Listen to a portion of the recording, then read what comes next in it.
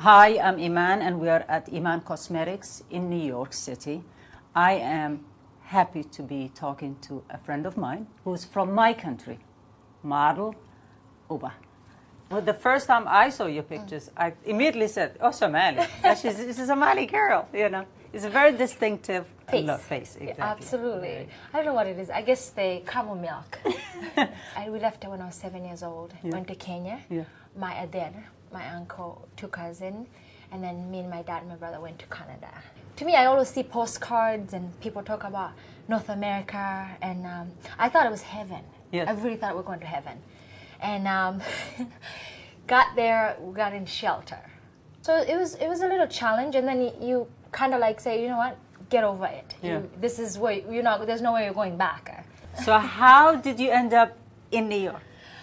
So I started modeling a little bit here and there in Canada, and then my dad wasn't really happy because of late hours, the audition. Sometimes I'll just go party and I said I'm working.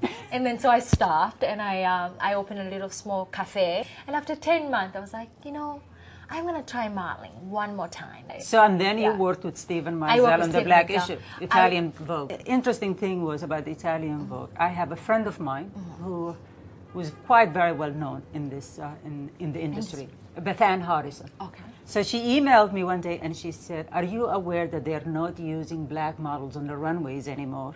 Of course, I was aware of, because even the New York Times wrote "The blonde leading the blonde," and how there was a lack of diversity on the runways. Yes. And so she decided to do some kind of like a talk where she'd have everybody come in and discuss what's going on the runways and why there is a lack of diversity. And now all of a sudden they're using more black models. And everybody kept on saying, it's the Obama effect. And I said, no, it's the Beth Ann effect. But obviously, you know, the whole change has happened. I mean, Vogue never had black women back-to-back, 2 issues back-to-back with Michelle Obama and Beyonce. So it's a brand new day. I didn't know how big it is. Yes. Because being an immigrant, struggle, you really don't look at color, you don't look who's not getting chances. All you do, it's your best. Yes. My hips are too big, I have pimples, my hair, I need to sleep well. So you focus only on yourself. You don't really open your eyes and see, you know what, they're not using one of us. I talked to young models and I asked them, what's the most upsetting thing that's happening to you guys now?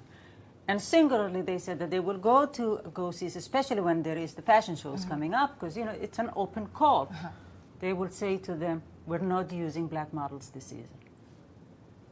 Like it's a category. You know, it's like we're not doing denim this season. You know, it's like. You know, it's very upsetting, and then the agencies don't send the models out because they don't request them. They won't request them and won't see them, won't book them. I think the problem in fashion industry is the designers are not casting themselves. Yes. They send it stylist. Casting or stylist, casting director to casting them. Yeah. But I was thinking, I was like, if I was a designer, I would want a black girl to be in my runway. We look good in any color you put us in. There is a tendency in our industry that they do not pass the color.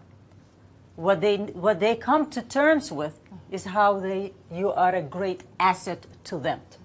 So talk to me about Ralph Lauren. How did you meet him? I went to a go-see. There were like 20 people sitting.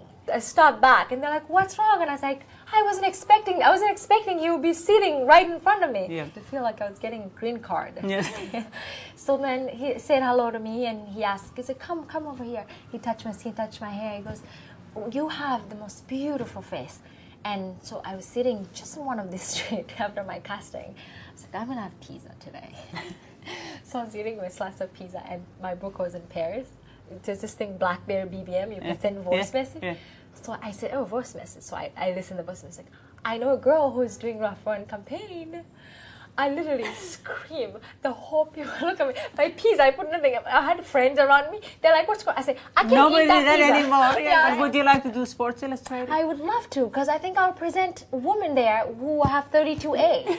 You know, Victoria's Secret should bring girls with no boobs, because you know it's not everybody. Everyone have those magnificent, you know, things. boobs. Yes.